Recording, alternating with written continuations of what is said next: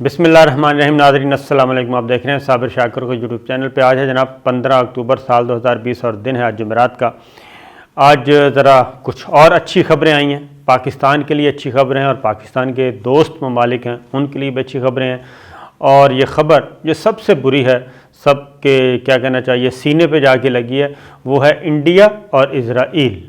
یہ دو ملک ہیں جن کو اس خبر سے بڑی تکلیف ہوئی ہے، کیونکہ یہ پاکستان کی ایک بہت بڑی کامیابی ہوئی ہے اور پاکستان کی دنیا عزت کرنے لگی ہے، قدر و منزلت میں اضافہ ہوا ہے۔ اور جو کچھ پاکستان کے خلاف پروپیگنڈا کیا جا رہا تھا انڈیا کی طرف سے یا اس کے حواریوں کی طرف سے، وہ سارے کا سارا پروپیگنڈا جو ہے وہ ریجیکٹ ہوا، اور انڈیا جو کہ پاکستان کو یہ کہہ رہا تھا کہ عالمی سطح پہ ہم اس کو آئسولیٹ کریں گے، تنہائی کا شکار کریں گے، اس میں وہ کامیاب نہیں ہوا۔ اور یہ پوری اقوام متحدہ میں جناب ایک وکٹری ہوئی ہے، پاکستان کی بہت بڑی وکٹری، اور پاکستان منتخب ہوا ہے اقوام متحدہ کی انسانی حقوق کونسل کا رکن منتخب ہوا ہے 3 سال کے لیے۔ اور اس میں یہ کامیابی، سب سے پہلے تو یہ بتا دوں کہ اس کامیابی میں کس کس نے رخنے ڈالے، کس کس نے روڑے اٹکائے، اور اس کے بعد میں اس کا بیک گراؤنڈ بھی بتاتا ہوں اور شکست کیسے ہے، اور انڈیا نے کس کس طریقے سے پاپڑ بیلے کہ پاکستان جو ہے وہ کسی طریقے سے انسانی حقوق کونسل کا رکن منتخب نہ ہونے پائے۔ اس کی ریزن یہ ہے جناب کہ پاکستان پہ چونکہ مسلسل پاکستان کو زیر عتاب لایا جاتا ہے، نشانہ بنایا جاتا ہے کہ جناب پاکستان میں انسانی حقوق کی خلاف ورزیاں ہو رہی ہیں، پاکستان میں یہ مسئلہ ہے، پاکستان میں وہ مسئلہ ہے، کبھی منورٹیز کا معاملہ کھڑا کر دیا جاتا ہے، کبھی کچھ مسئلہ کھڑا کر دیا جاتا ہے، کبھی دہشت گردی ڈال دی جاتی ہے، یہ چیزیں۔ لیکن بتدریج پاکستان جو ہے وہ دنیا میں اپنا مقام پیدا کر رہا ہے اور آگے بڑھ رہا ہے، اور اس کا کریڈٹ اگر ہم پاکستان کی موجودہ سیاسی قیادت اور فوجی قیادت کو نہ دیں تو یہ میرا خیال ہے زیادتی ہوگا۔ یہ ہوا یہ ہے جناب کہ الیکشن تھا اقوام متحدہ کی انسانی حقوق کی کونسل کا، 193 لوگوں نے، 193 ممالک ہیں جناب جو کہ ووٹ کاسٹ کرتے ہیں تمام کے تمام، اور اس کا ووٹنگ ہوئی، اور یہ خفیہ ووٹنگ ہوتی ہے، اور اس میں پاکستان جیت گیا، چائنا جیت گیا، روس جیت گیا، اور ازبکستان جیت گیا، نیپال جیت گیا، اور لیکن بدقسمتی سے جو ملک ہارا وہ سعودی عرب تھا، کیونکہ سعودی عرب، چائنا، سعودی عرب اور پاکستان، ان تینوں میں سے 2 ارکان نے جیتنا تھا، 2 ممالک نے جیتنا تھا۔ سعودی عرب ہار گیا، پاکستان جیت گیا، چائنا جیت گیا۔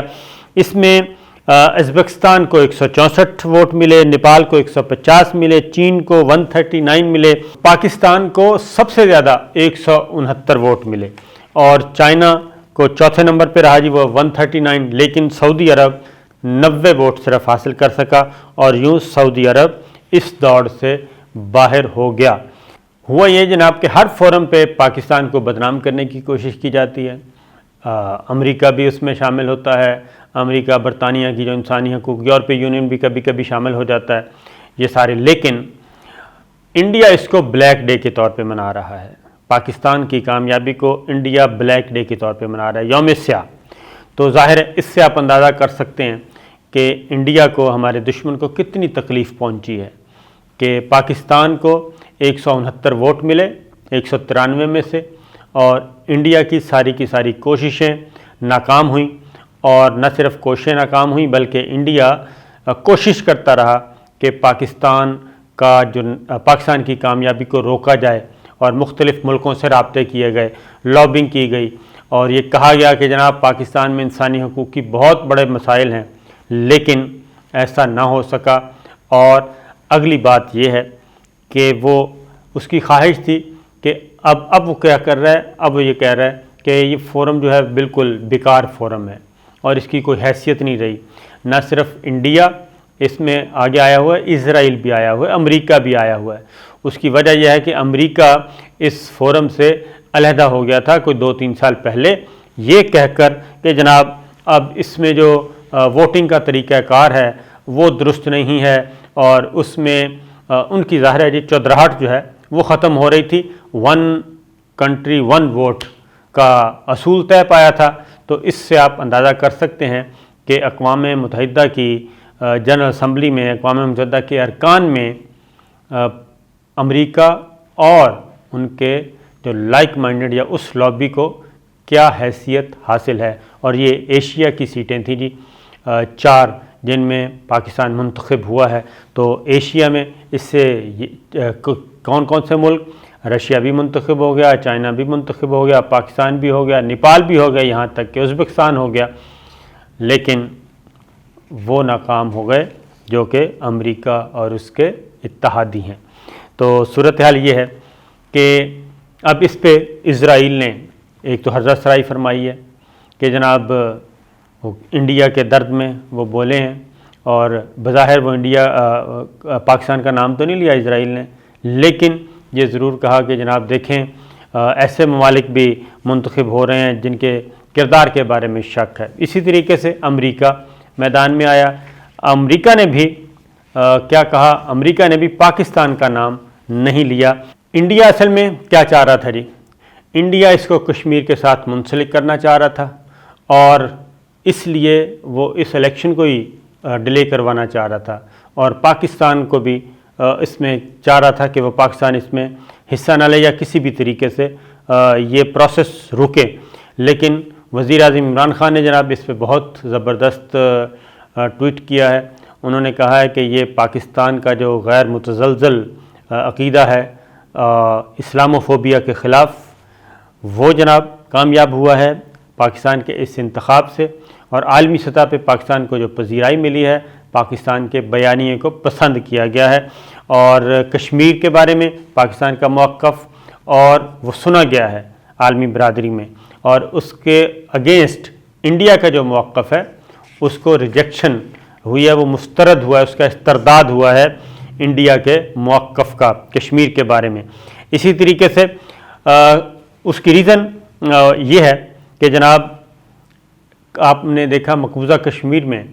یہ ڈکلائن، انڈیا کا ڈکلائن کب سے شروع ہوا ہے؟ یہ ڈکلائن شروع ہوا ہے جناب بالا کوٹ سے۔ بالا کوٹ ایک ڈرامہ رچایا گیا اور اس کا الزام پاکستان پہ لگایا گیا، پھر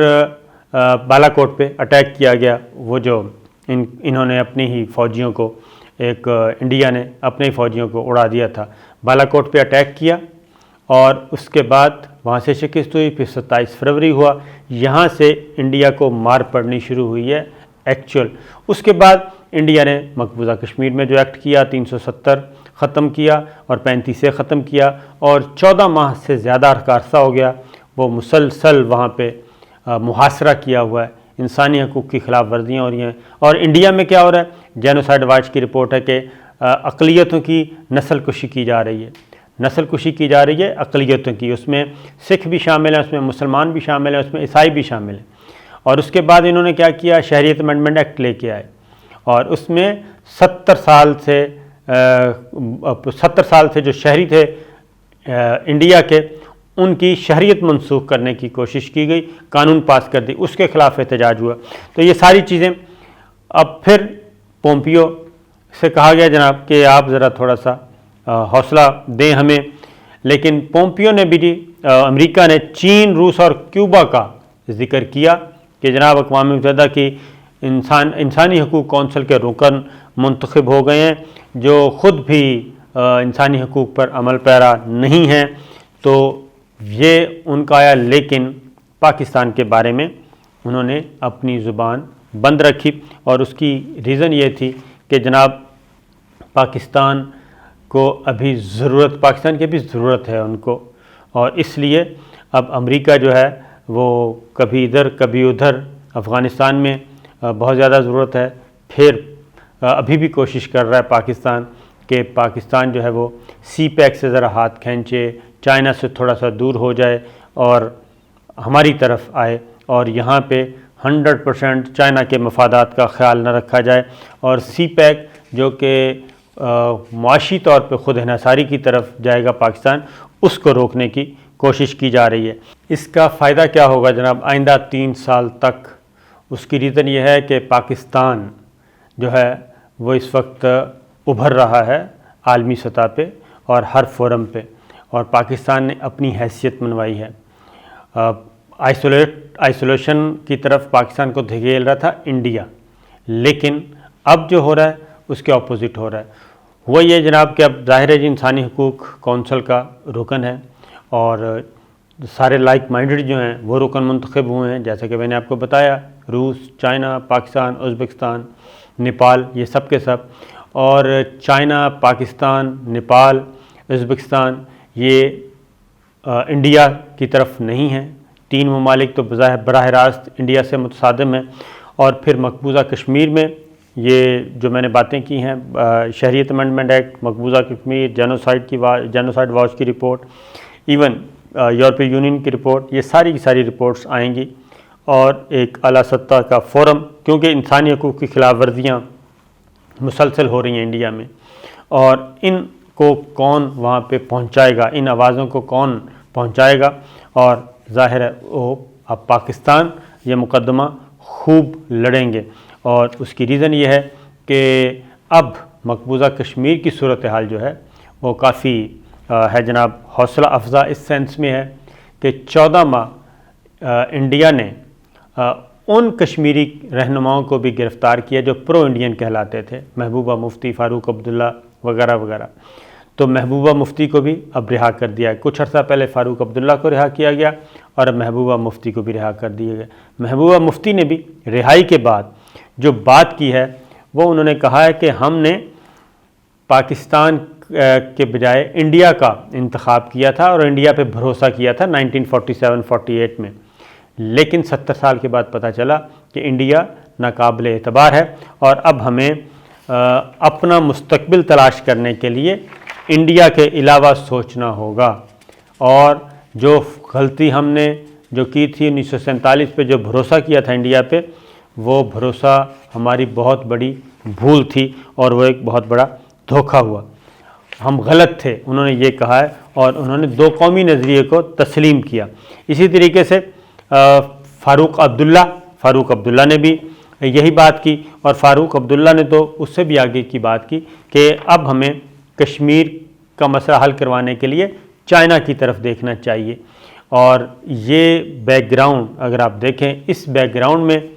پاکستان اور چائنا کا اقوام متحدہ کی انسانی حقوق کونسل کا ممبر منتخب ہونا، نیپال کا منتخب ہونا، انڈیا کے سب مخالفین کا اکٹھے ہو جانا، اس سے کتنا فائدہ ہو سکتا ہے، اس کی وجہ یہ ہے جناب کہ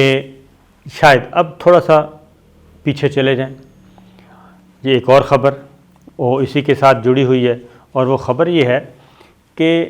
بھارت نے پاکستان کو مذاکرات کا پیغام بھجوایا ہے، پاکستان کو مذاکرات کا پیغام بھجوایا ہے، اور پیغام بھجوانے کے بعد انہوں نے کہا کہ ہم بات چیت کرنا چاہتے ہیں، بات چیت کے لیے ہم تیار ہیں، لیکن جو پاکستان کی طرف سے 4 شرائط رکھ دی گئی ہیں، کیونکہ وہ پیغام آیا نان ڈپلومیٹک وے سے آیا، ان آفیشل آیا، اور ان آفیشل کا جواب جو ہے وہ ان آفیشل ہی دیا گیا، اور پاکستان نے 4 شرائط عائد کر دی ہیں مذاکرات کے لیے۔ اور مذاکرات کی دوبارہ بحالی کے لیے 4 شرائط کون کون سی ہیں جناب؟ وہ ہیں سیاسی قیدیوں کو فوری رہا کیا جائے، مقبوضہ کشمیر کے سیاسی قیدیوں کو، غالباً اس کا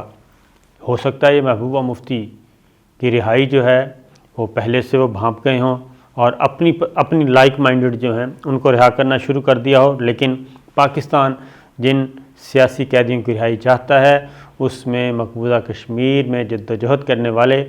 وہ کشمیری رہنما، حریت رہنماؤں کی بات کی تھی، حریت کانفرنس کے رہنماؤں کی بات کی تھی، جس میں یاسین ملک صاحب بھی ہیں اور دیگر رہنما بھی شامل ہیں۔ اور اسی طریقے سے جناب غیر انسانی مقبوضہ کشمیر میں غیر انسانی فوجی محاصرے کا خاتمہ کیا جائے،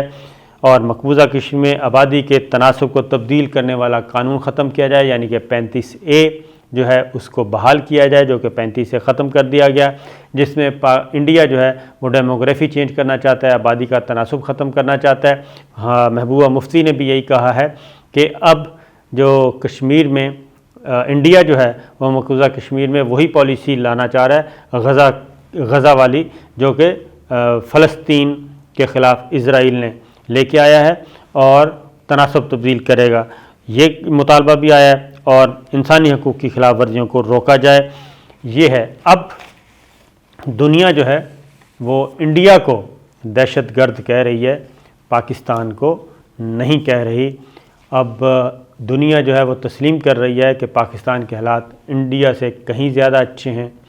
اور انڈیا کا جو بیانیہ ہے وہ مسترد ہوتا جا رہا ہے، مودی کا، بی جے پی کا۔ تو یہ جناب ایک اہم ترین کامیابی جو ہوئی، اس کا ہم نے کہا آپ سے شیئر کر لیں۔ ہماری خبروں کا سلسلہ اسی طریقے سے جاری رہے گا جناب۔ اجازت دیجیے، اللہ حافظ۔